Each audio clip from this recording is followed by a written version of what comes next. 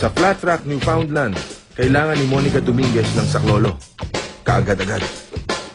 Ang alaga niyang asong si Ella ay nahulog sa bangin at maaring naipit sa mga bato sa ibaba.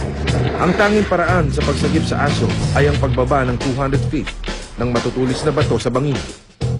Sa umaga pa makakarating ang mga bumbero at pulis.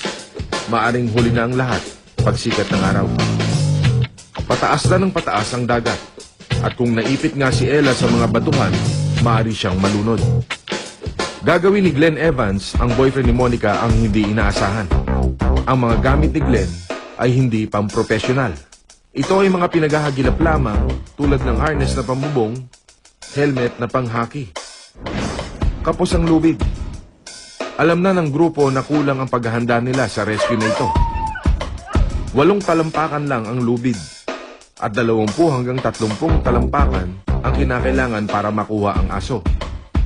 Nang makahanap na sila ng lubid, mahigit 8 oras na ang pagtahol ni Ella sa ilalim ng bangin.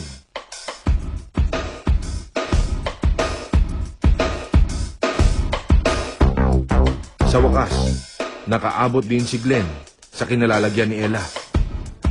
Pero may isa pang problema. Paano sila makakabalik sa itaas? Halos simbigat ni Glenn ang aso at pagod na ang mga taong humihila sa lubid.